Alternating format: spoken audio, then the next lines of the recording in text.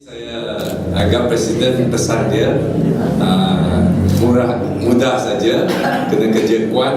Kawasan kita Setiawangsa adalah satu-satunya yang kita kesal sangat di wilayah persekutuan. This is a black spot for us in the MPN wilayah persekutuan sebab tak menang. Belum menang. Sebab tak menang, belum menang. Presiden pesan dia ialah kita harus pastikan Setiawangsa menyumbang, mengarah ke kemenangan kita keseluruhan di negara ini, supaya impian kita untuk mencapai reformasi tentara itu boleh dapat kita melaksanakan. Ini sedikit sebanyak yang semua yang ada di sini, yang nak jadi volunteer, yang nak jadi sebab yang nak bantu, yang datang sebab kawan Fahmi, atau kerana kita nak sokong Pak Ibrahim, tak kisah, whatever it is, the job is we want to deliver Setiawangsa. Okay, enough for the positive one. Saya nak pergi sedikit negatif. So, saya pertama sekali saya tanya siapa-siapa yang bagi usaha untuk mendirikan sebuah service center atau pusat perkhidmatan. Saya kenal Fahmi sebelum dia jadi dewasa. Saya bos pertama dia. Saya upah dia sebagai model untuk kerja-kerja karyawan art saya. Itu sebelum saya buat keputusan nak jadi ahli politik. Saya nak jadi artis. Jadi artis muda yang saya employ untuk menjadi model saya. So dia lakon untuk saya. Itulah teman itu saya kenal anak muda ni. Saya harap sebelum 12 malam ini dia masih boleh buat keputusan jangan jadi ahli politik. Sebab kalau lihat semalam kita bahas sampai pukul 1:30, kita tak ada privacy. 2 handphone kena on 24 jam. Tak boleh root, suka pun dia buat apa pun, suara tak boleh kasar. Ambil lain sikit, dia boleh tutup phone. Tapi kalau untuk kawasan yang tak menang ataupun menang di wilayah persekutuan, the general rules is your phone cannot be off. Itu then tidak ada private life, day and night you kena buat kerja. Bila kita kata service center, bukan servis kepada siapa, servis kepada orang yang jadi bos you. Di negara ini, especially in the context sekarang kita dah officially a dictatorship. Officially we are dictatorship sekarang.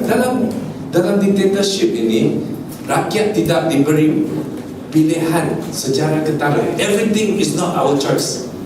Dari sekolah pun you tak pergi kindergarten yang mana satu pun, not your choice. We go to school, bukan your choice. Which subject you want to study pun, nak masuk science stream ke art stream tu, itu bukan pilihan you. Nak masuk universiti mana satu pun, bukan pilihan you. Dalam negara yang rakyat tidak ada kebebasan untuk memilih, dalam pseudo demokrasi yang kita ada, ini Hisham suka ni, kita beri pilihan untuk pilih calon yang kita nak. So sebab rakyat selalu pergi pangkal pilih calon, dia rasa you are the only people who choose in life and you have to do everything for them.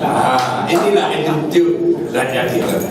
Jadi kalau kita nak servis, nasihat saya ialah kita nak bagi perkhidmatan, bukan nak menang pilihan raya. Menang ada cara lain, tapi kalau kita serius, kita nak untuk memberi perkhidmatan kepada rakyat, itu framework yang agak berbeza. Yang ramai yang sign up ini, sebelum saya teruskan, saya nak tahu siapa dari Setiawangsa. Mami, this is your failure record. Tengok, tak sampai separuh. Angkat tangan, angkat tangan. Nampak sikit, nampak sikit. Angkat tangan, dia baru. Okey, tak apa. Angkat sana. Maksud saya, it's better to have a realistic assessment rather than kita tipu sendiri. Kalau kita bilik ini penuh dengan setiawangsa, orang setiawangsa pun seperti Pak Ibrahim pun 1,000 pun tak akan cukup untuk mengatasi 50,000 pengundi di sini. Tetapi yang ada tidak semestinya semua duduk sini. Tapi tidak semestinya sebab studio ini very cool, orang suka hang around. Tapi itu bukan fungsi you sebagai volunteer. Volunteer itu you akan kurang datang ke sini, lebih keluar ke sana, lebih naik tingkat-tingkat yang tak ada lift itu, jalan atas turun, pergi setiap rumah, kita kena ketuk pintu, kita kena terangkan agenda perubahan, agenda perjuangan kita kepada penduduk-penduduk di sini.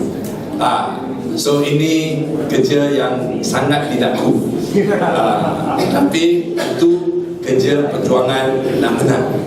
So masih ada masa untuk withdraw dan nama-nama. Tapi kalau kita dapat keputusan, itulah pilihan kita, itulah perjalanan hidup kita, itulah komitmen kita, dan itulah cara kita teruskan perjuangan.